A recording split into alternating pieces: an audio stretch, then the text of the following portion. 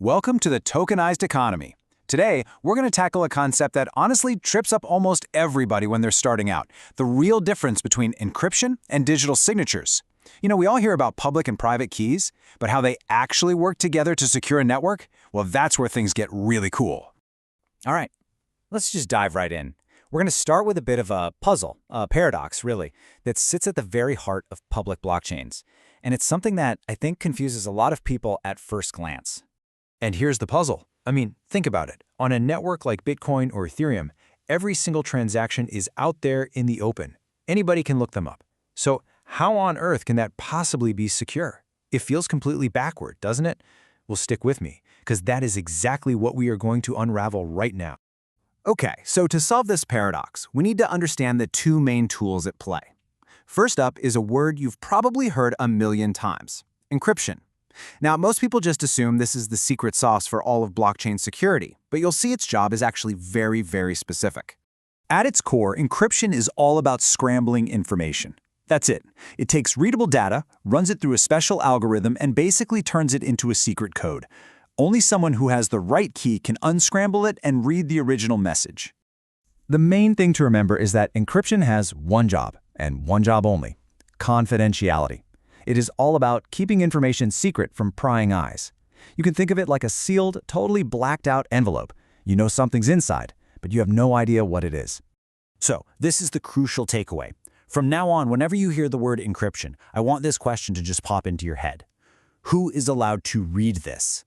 That is the only problem it solves. Not who sent it, but who gets to see it. And now for our second tool. And this, my friends, is where the real magic happens for public blockchains. This is the digital signature. It does a completely different job. It's not a tool for secrecy at all. It's a tool for proof. So, a digital signature isn't about hiding a message. It's about proving who sent it, and, just as important, that the message hasn't been messed with. It's kind of like a wax seal on an old medieval letter. It doesn't hide what's written inside, but it proves it came from the king and wasn't opened along the way. So here's how that works. First, you use your private key, the one you never ever share, to sign a transaction. This creates a totally unique mathematical proof. That's the digital signature. Then anyone, and I mean anyone on the network, can take your public key and use it to check that the signature is legit and could only have been created by your private key. And that whole process leads us to its core purpose. You see, this has nothing to do with confidentiality. It is all about authorization. It is the unbreakable proof that you, and only you, have the right to do something, like send crypto from your wallet. So here is our second key question. If encryption asks, who can read? A digital signature answers, who can authorize? Who has the authority to make this happen? They're two completely different tools for two completely different jobs. Okay, so we have our two tools. Encryption is for secrecy, digital signatures are for authorization. Now let's put them together and finally solve that paradox we started with. And here it is. This is the answer. On public blockchains like Bitcoin, the transactions are meant to be public. That's a feature, not a bug. Security doesn't come from hiding the data with encryption. It comes from proving who has the right to move assets using digital signatures. Now, even on private or permission blockchains, which might use some encryption for business secrets, they are still built on that same foundation. Digital signatures are what give them authorization. Okay, let's just nail this down.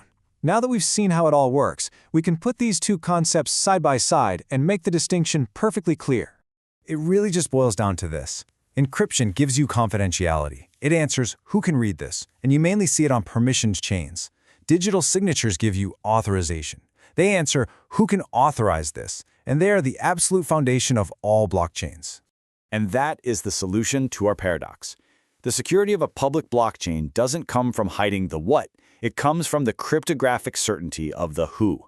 We don't need to hide the transactions because we can prove, beyond any shadow of a doubt, who has the authority to create them in the first place.